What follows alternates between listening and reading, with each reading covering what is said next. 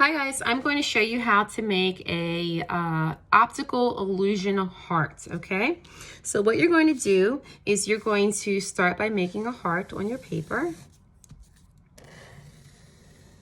Okay, then you're going to make another heart inside of that.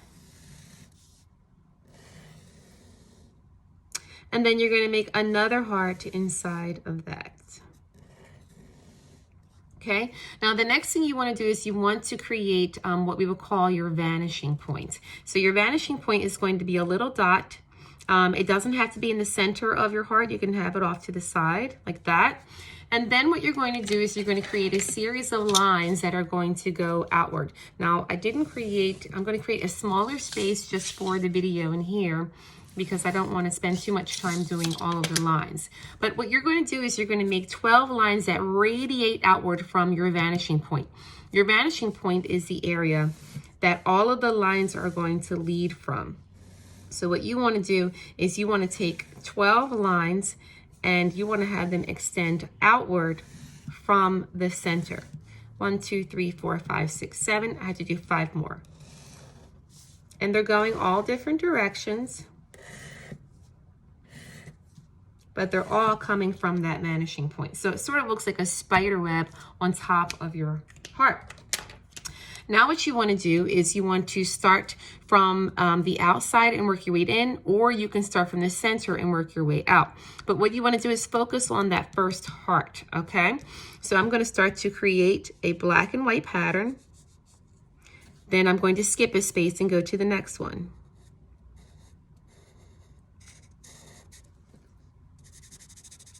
And fill that in. And then I'm going to continue my pattern all the way until I have filled up that first heart.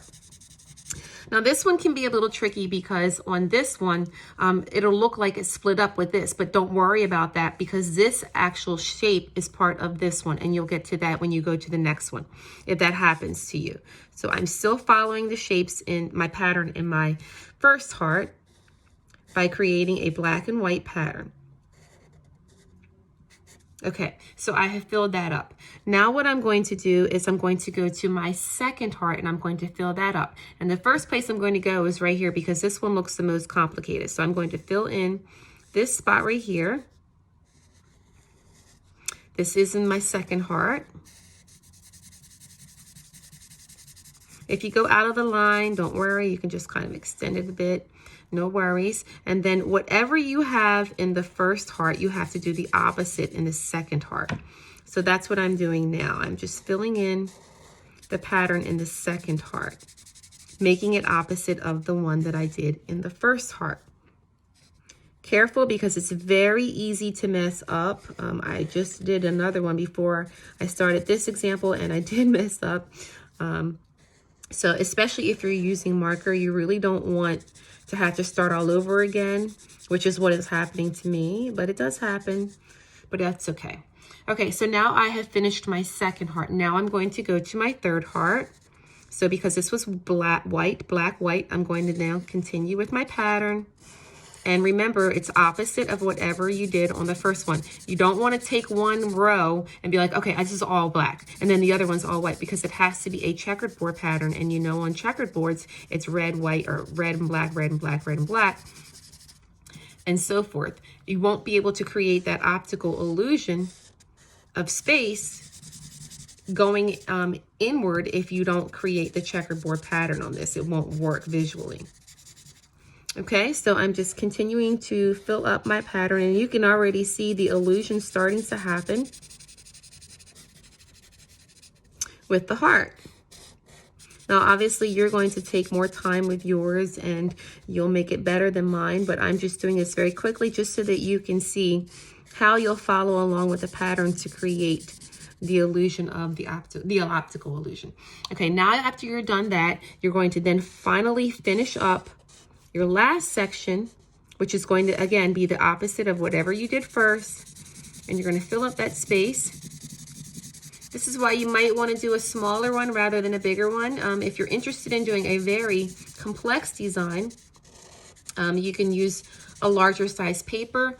but it does become very tedious, so be prepared for that. And also I wanted to tell you that if you're using a marker, especially a Sharpie marker, to fill this in, what you want to do is make sure that you have another paper underneath, because this will stain whatever table you're working on, and it does soak through the paper. So just be mindful of that when you're creating your optical illusion art and using marker, okay? Because that has a tendency to give you a little surprise once you lift up your paper, and then you don't want to have it stain on your table.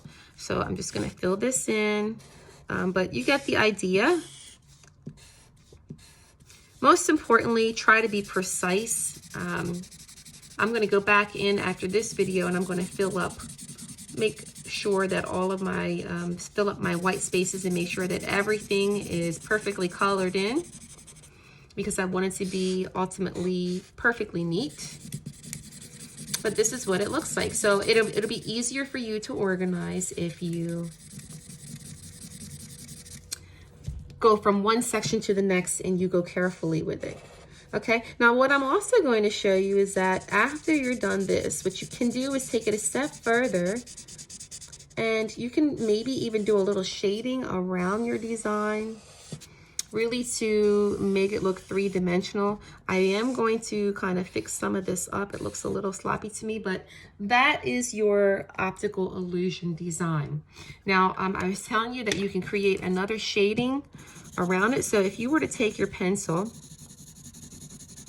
and you were to just do a little shading here and then smear that, now all of a sudden,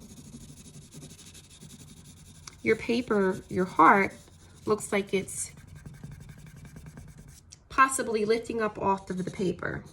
And that's just done with a little bit of shading. This is not something that you have to do, but this is kind of a cool look as well. And you can do this with just a little bit of shading directly up against the outside of the heart and then smearing that with your finger. And that just gives it more of a three-dimensional look. So there you have it. There's your optical illusion design, and I hope that you enjoy this lesson. Thank you.